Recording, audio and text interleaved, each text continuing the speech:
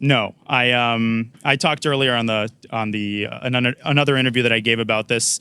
I've sort of been less nice about the particular individuals driving this agenda forward over time because I gave them the benefit of the doubt the first month. The second month I was a little bit more firm. By now, I've made it very clear to people I'm a retired 2600 player. I've got absolutely nothing to prove. The people pretending like I've never played an OTB event, like I've never played casual blitz with ask any top player in the US, Fabi, Levon, anybody, literally anybody who I've played casual blitz with, how I play. So the fact that this has been going on for as long as it has been it's deeply frustrating to me.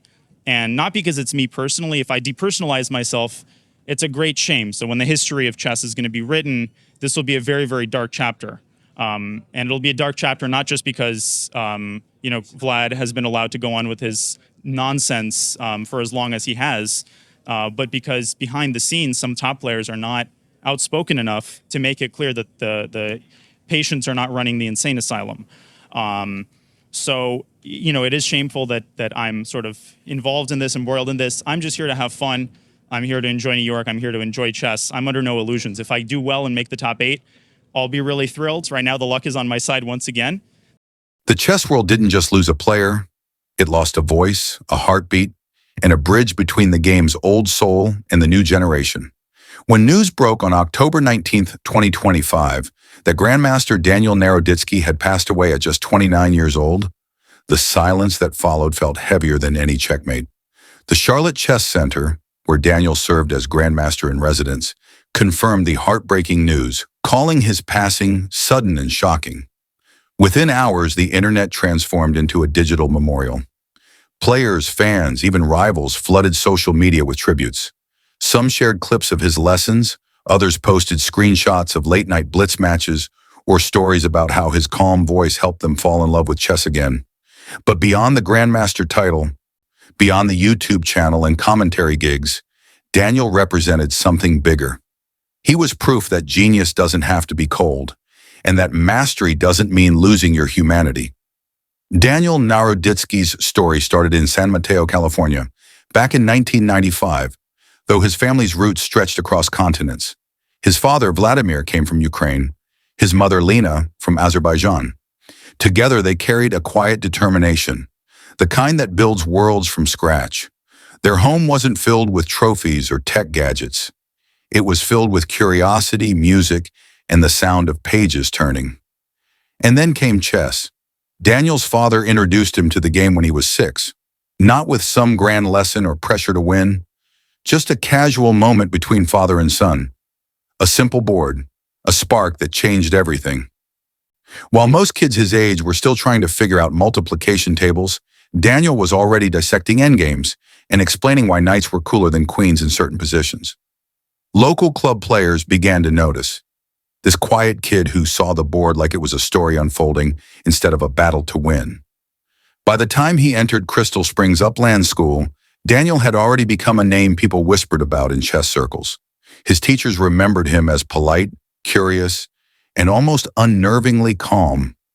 The kind of student who thought before speaking, and when he did speak, everyone listened. That mix of discipline and wonder carried him to Stanford University, where he studied history while juggling international tournaments. Imagine trying to balance essays about ancient civilizations with 6-hour chess matches against world-class opponents, and still managing to smile through it. Daniel's climb wasn't a miracle story. It was a marathon. Back in 2007, when he was just 11, he tied for first at the World Youth Chess Championship and took home gold after tiebreaks. That moment wasn't just a trophy. It was a warning shot to the chess world. The next generation had arrived.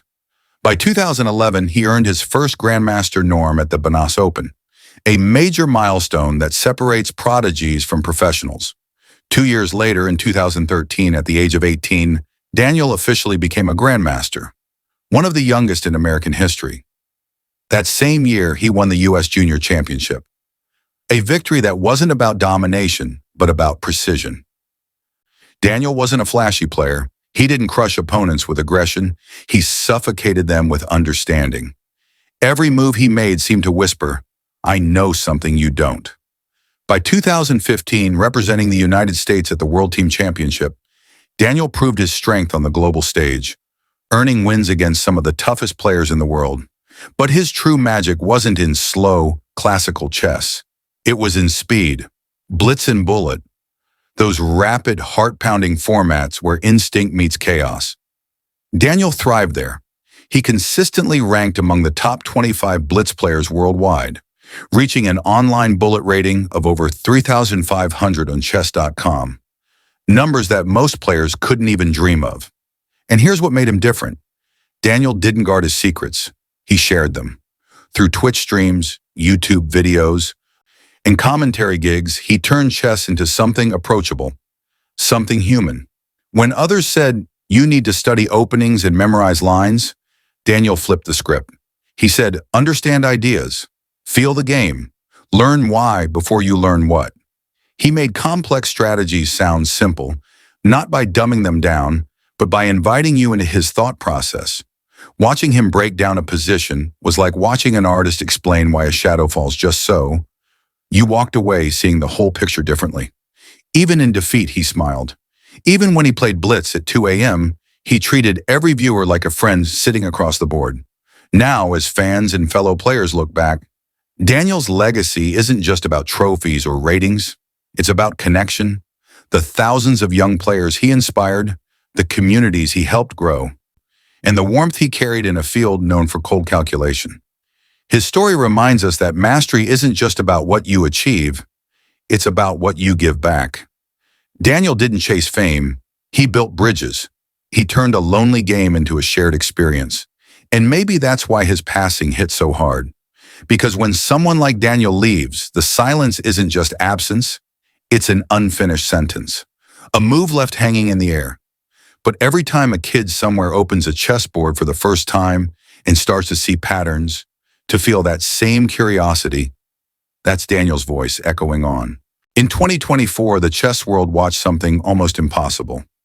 Daniel Naroditsky, calm as ever, tearing through the World Blitz Championship like it was his personal playground. He tied for first in the Swiss stage, missing the playoff by the thinnest of margins.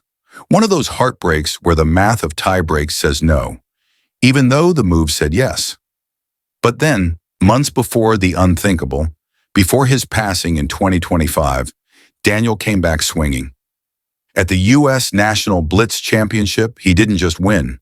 He obliterated the competition, 14 games, 14 wins, a flawless score, perfection in one of the fastest, most chaotic formats chess has ever known. That victory wasn't just a trophy moment, it was a message.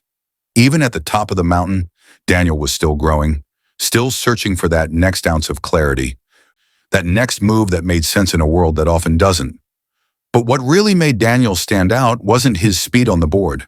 It was his voice, the one that carried far beyond 64 squares. He wasn't just a competitor. He was a translator between genius and everyone else. You know how some teachers can make a complex idea feel like it's clicking into place for the first time? That was Daniel. He didn't hoard his knowledge. He shared it. Through books, streams, and columns, he turned chess from something intimidating into something almost poetic. He wrote 2 classics before he was even out of his teens, Mastering Positional Chess and Mastering Complex Endgames.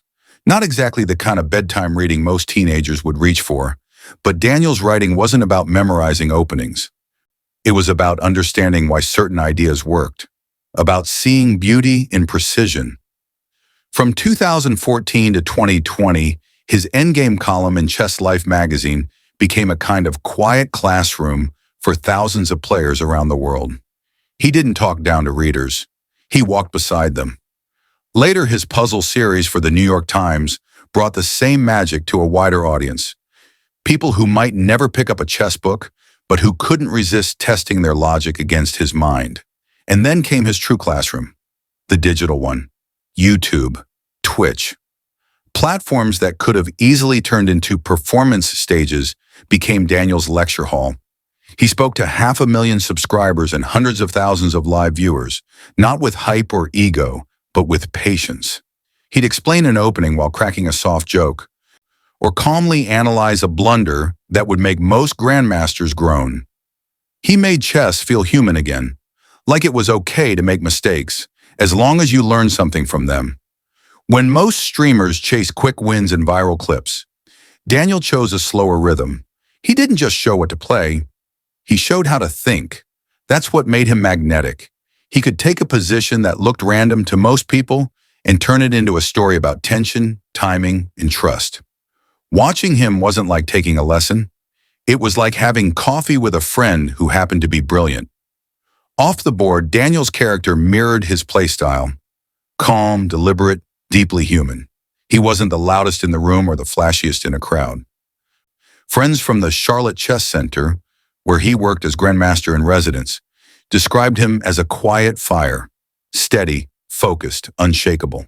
He carried confidence like it was a responsibility, not a weapon. What really stood out about Daniel was how grounded he stayed.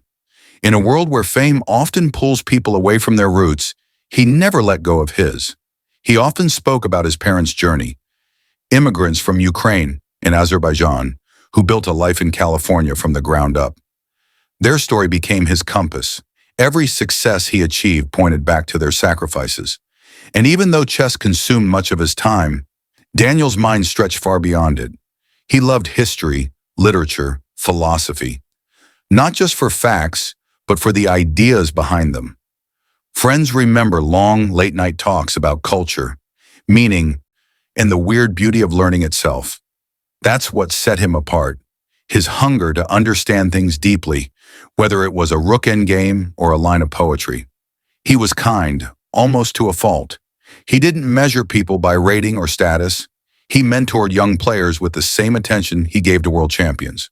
If someone struggled, he listened before he taught. And maybe that's why his loss hit so hard. Because Daniel didn't just make you want to play better chess.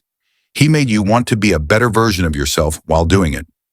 When you look at his legacy, it's not just in his games or his books. It's in the echoes he left. The students who now teach, the fans who still watch his videos for comfort, the way he made something as old and rigid as chess feel alive again. He proved that greatness isn't about chasing spotlight moments. It's about how many people you can lift while you're climbing. Daniel's story reminds us that life, like chess, isn't always about the final move. It's about the way you play everyone that comes before it. When the Charlotte Chess Center released their statement on October 20th, 2025, the world of chess went still. They confirmed what no one wanted to believe. Grandmaster Daniel Naroditsky had passed away unexpectedly the day before. Just 29 years old, a mind that burned so bright, suddenly gone. Their message was brief but heavy, unexpected and deeply shocking. No dramatic explanations, no details, and maybe that silence said more than words ever could. As of now, no cause of death has been shared. His family asked for privacy, and the chess world, a community that usually thrives on analysis and speculation, did something rare. It respected the quiet. Even major outlets like chess.com, People magazine, and ESPN simply confirmed what was known. It was sudden, unanticipated, and tragic. And in that rare restraint, you could feel the weight of genuine respect. Sometimes not knowing is better than filling the void with noise. Sometimes the truth we do know, that he's gone, is painful enough. But behind that official statement, behind the headlines and timestamps, was something deeper, a family in mourning, a global community grieving. Daniel is survived by his parents, Vladimir and Lena, who had always been his foundation. Their statement was raw, simple, and devastating. Daniel was a talented chess player, an educator, and a beloved member of the chess community. We ask for privacy as we grieve. And the world listened. Grandmasters who had competed against him, Hikaru Nakamura, Levi Rosman, and so many others, shared tributes that went beyond professional courtesy. They spoke like they'd lost a brother. Some shared quiet stories, long conversations after tournaments, spontaneous analysis sessions at 2 a.m., small acts of kindness that didn't make it into interviews. Every post, every comment echoed the same truth. Daniel didn't just teach chess. He made people feel seen. What made Daniel special wasn't just his talent, though he had plenty of that. It was his balance. In a game obsessed with precision, he led with compassion. In an online world that rewards showmanship, he chose sincerity. His legacy is everywhere, not carved into a single moment, but scattered across thousands of lives. He didn't just redefine how people played chess. He redefined who could belong in the chess world. Through his streams and videos, he tore down the invisible wall between elite players and beginners. He made it okay to not understand everything, to laugh at mistakes, to learn at your own pace. When most experts focus on proving how much they know, Daniel focused on helping others discover what they could know. He turned chess, a game often seen as cold and mechanical, into something warm and alive. To younger players, he wasn't just a grandmaster. He was proof that intelligence and kindness could exist in the same sentence. To his peers, he was the calm center of a noisy game. Someone who could debate complex theory one moment and crack a gentle joke the next. And even now, long after his streams have gone quiet, Daniel's voice still lingers. It's there in every student who recalls his lessons. It's in every young player who sits at a board and whispers, "What would Danya do here?" It's in every Twitch chat filled with hearts when an old clip of his commentary resurfaces. Daniel Naroditsky, born November 9th, 1995 in San Mateo, California, died October 19th, 2025 in Charlotte, North Carolina. Just 29 years old, he became a grandmaster in 2013, published 2 books before turning 20, and built an online family of nearly 500,000 YouTube subscribers and over 300,000 Twitch followers.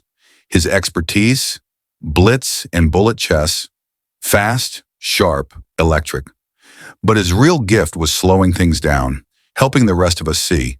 And that's what his life comes down to. Not just the trophies, not the titles, but the light he gave to others. Now the chessboard feels quieter.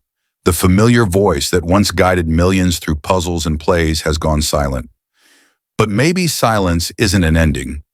Maybe it's just another kind of move, because Daniel's lessons don't stop with his passing. They live in the rhythms he taught, the patience he modeled, and the community he built. He showed that the true mark of greatness isn't how many games you win, it's how gracefully you play them. So even as we say goodbye, his message stays with us. Life, like chess, isn't just about chasing victory, it's about how you move, the courage, the care, and the curiosity you bring to every turn. Rest in peace, Grandmaster Daniel Naroditsky. Your moves, your words, and your kindness will never fade. The game goes on, and thanks to you, it's more human than ever.